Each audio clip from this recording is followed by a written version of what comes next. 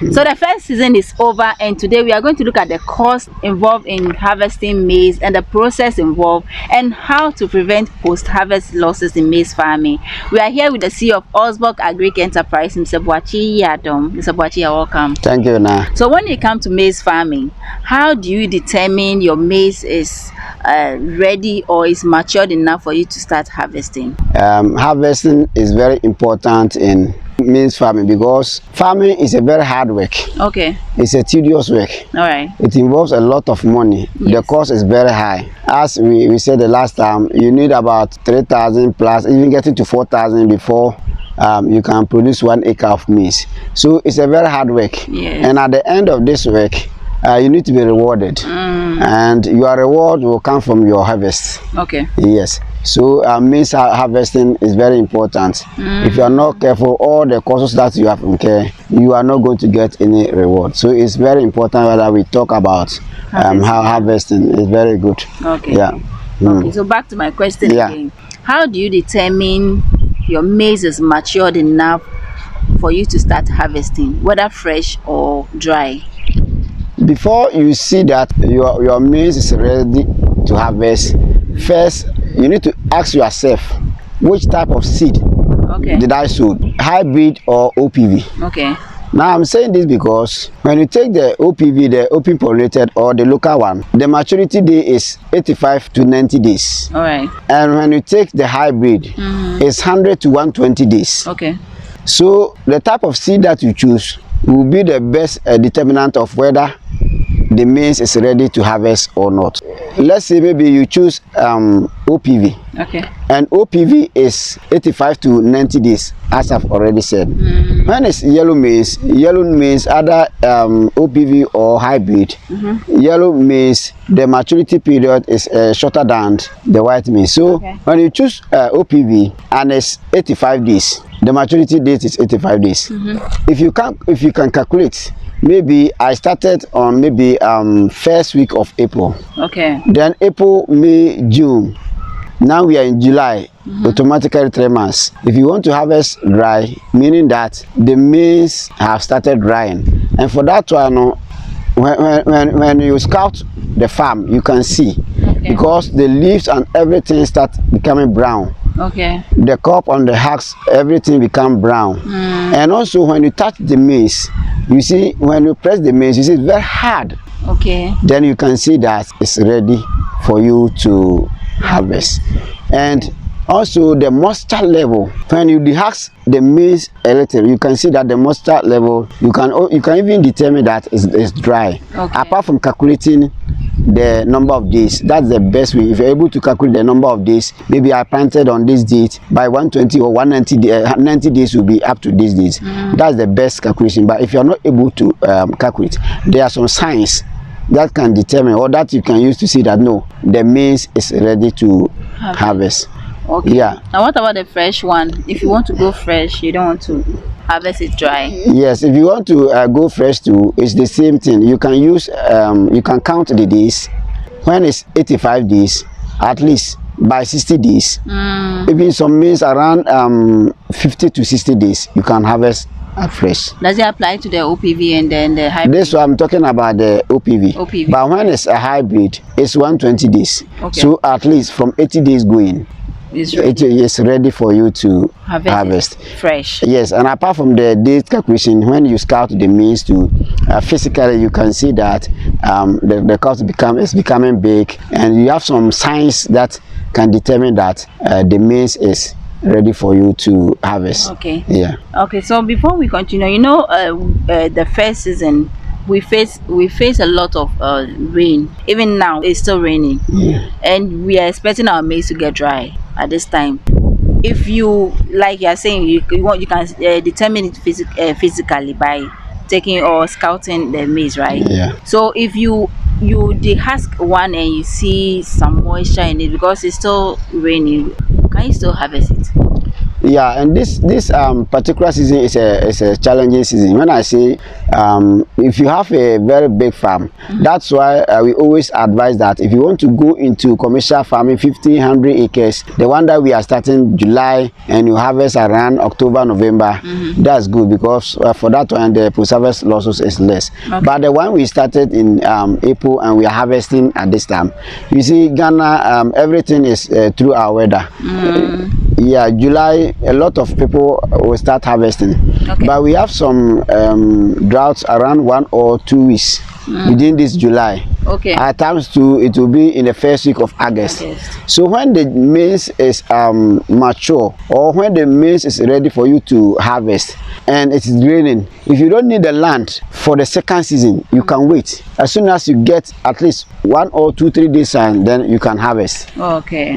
Because if you don't do that and you harvest the maize while it is raining, that's where the post-harvest losses comes in. Okay, we'll come to that. Okay. Okay, so now, what are some factors that one needs to consider before harvesting maize? Yeah, before you harvest your maize, as I said, the first thing that you have to consider is the location of the maize. Okay. When your farm is not closer to a village or to a nearby town, the means of transport, how are you going to do the harvest? Then we have to go early in the morning. You have to start early.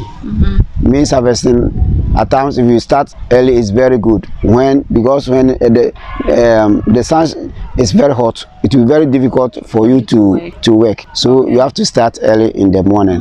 And two, because it is raining or it's likely that it will rain, the labor cost, you need a lot of labor. Yes, so that they can harvest it other 1 or 2 days. Okay.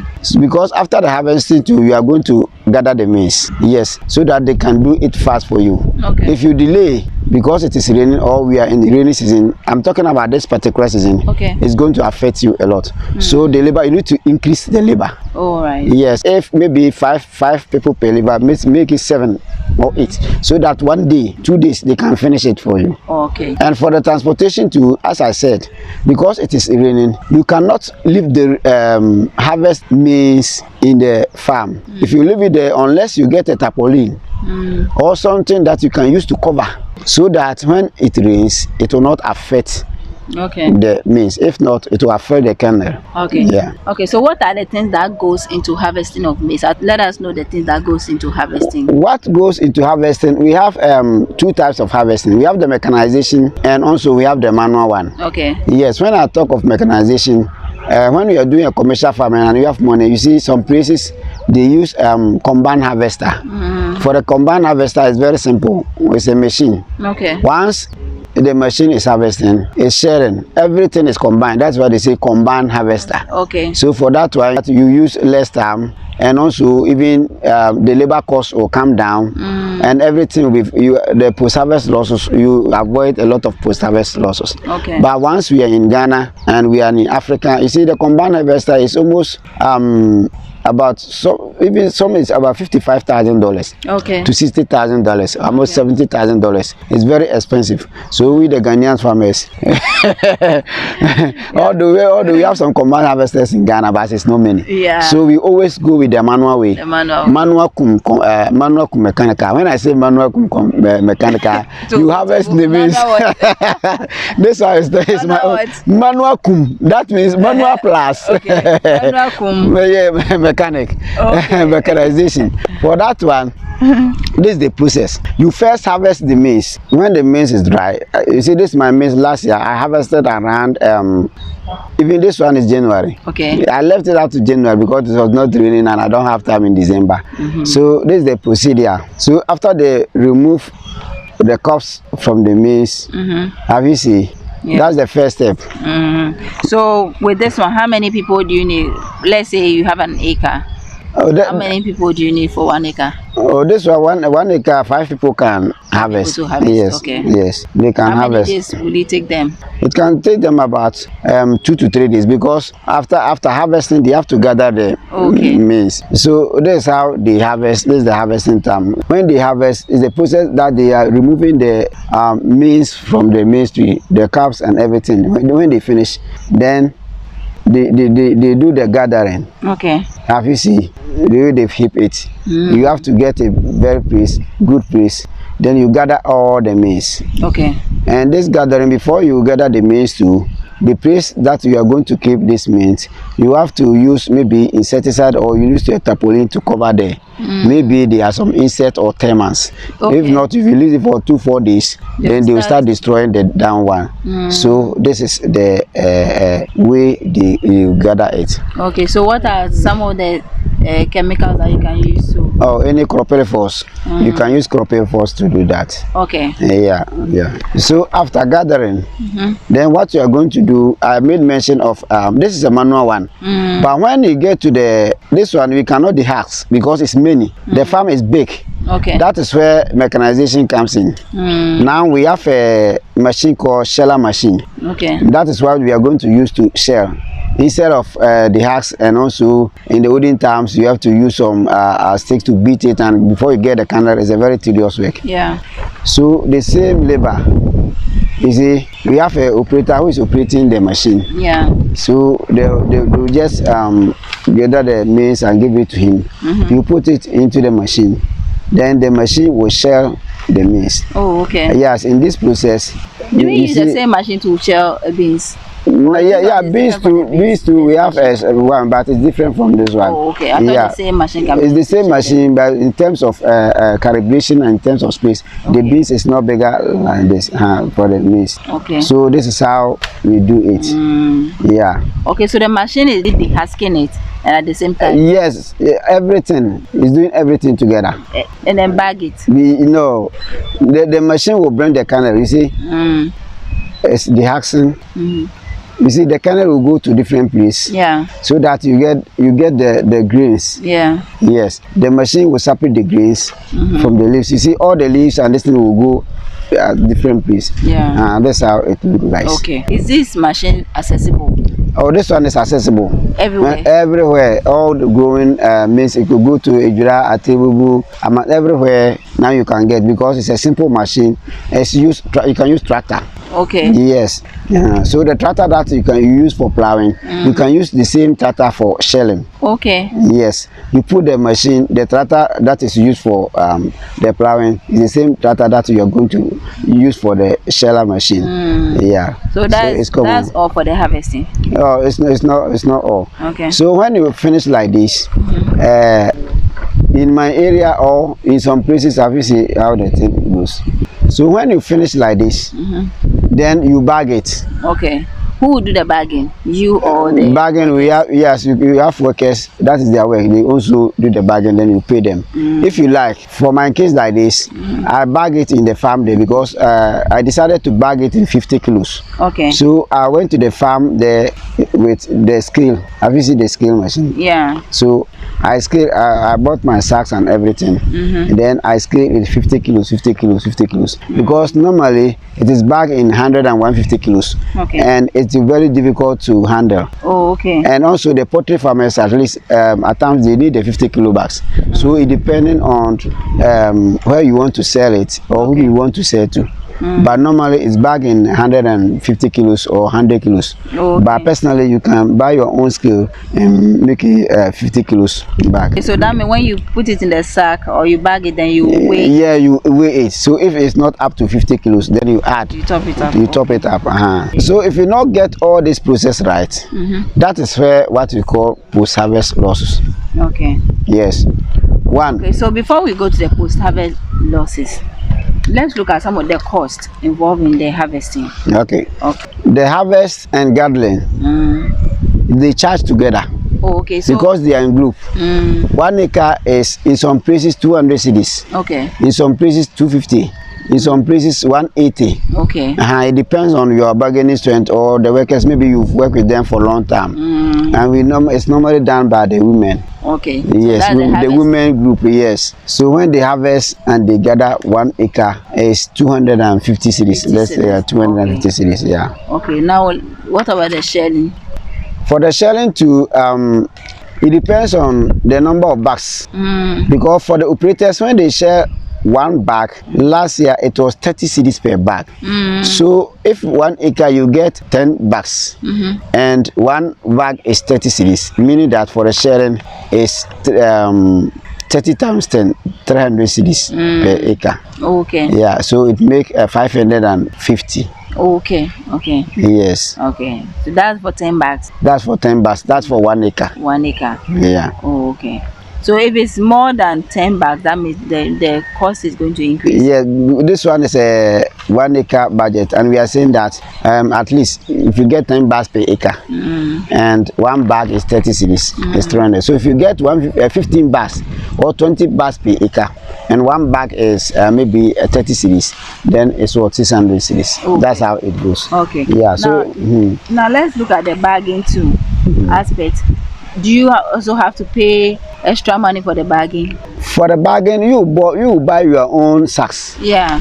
If you want to store it, you buy your own sack. So how The do sack, you get the sack? oh, the sack is in the market. The 100 kilo one is 7 cedis. Okay. So if you buy 10, it's 70 cedis. Okay. If you buy 10, it's 70 cedis. Which who are the people that sells the sack? Oh, if you go to market with this market women and these Abuchi people, you can get it. It's very easy. Okay. Okay. So the bagging, the people who are doing the bagging for you, carrying it up and down and weighing it, do you have to also pay them? Yes, Extra you have to pay them. When they do one bag, is 5 cedis. 5 cedis. Oh, okay. Nothing is free. Nothing is free. Everything comes with a cost. Okay. And then 5 cedis, and that went to, if it's 10 bars, it's 50 cedis. Okay. Yeah. So 450 plus 50, that's 500. So our coconut farmland and our maize farmland, you can also do palm there. You can do a lot of things there. It's still available and it's limited. It's going out small. So if you don't come early, you might not get some. If you need a land to cultivate on it, you can message me. My contact will be on the screen and the description section. I'll also be leaving Mr. Boachi's contact on the screen and the description section. If you need any agri input or you need any consultation, you can get in touch with him. We can be able to assist you to get all the things you need to start your farming now. It's still not too late to start your maize farming this year. We are still in the second season. People are now clearing their land. People are now doing a lot of things, so you can still do it now. Yes, so you can get in touch with him. He'll be able to supply you with all your fertilizers, all your seeds, your pesticide and everything. If you want to transport the maize from the farm to your warehouse, it depends on the distance. Okay. For that one, maybe the tractor that is selling, they have also a trailer that can also pick the maize, but it depends on the distance. Okay. So if the distance is not far, it's far, the charge will be different. If it's not far, the charge will be different. But if you have your tractor and you have your sheller machine and you have your trailer, all these things, all this costs.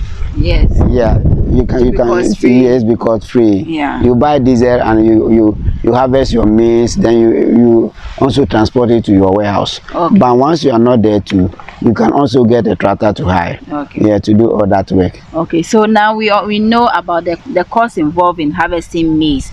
Now let's look at post-harvest losses. Yeah. What brings about post-harvest losses in maize farming?